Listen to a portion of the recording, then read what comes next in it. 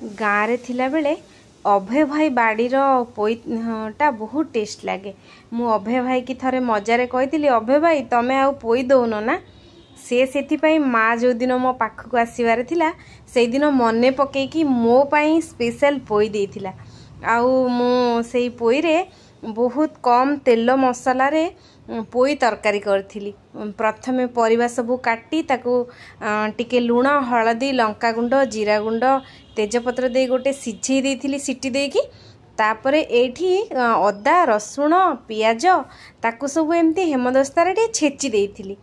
छेची देला परे टिके तेल फुटण सुखिला लंका दे से अदा रसुण पियाज छेचा को टिके भलरे भाजी जीरा गुंड हलदी गुंड लंका गुंड आउ टिके धनिया गुंड दे भलरे पियाज रसुण अदा को जारी देथिली।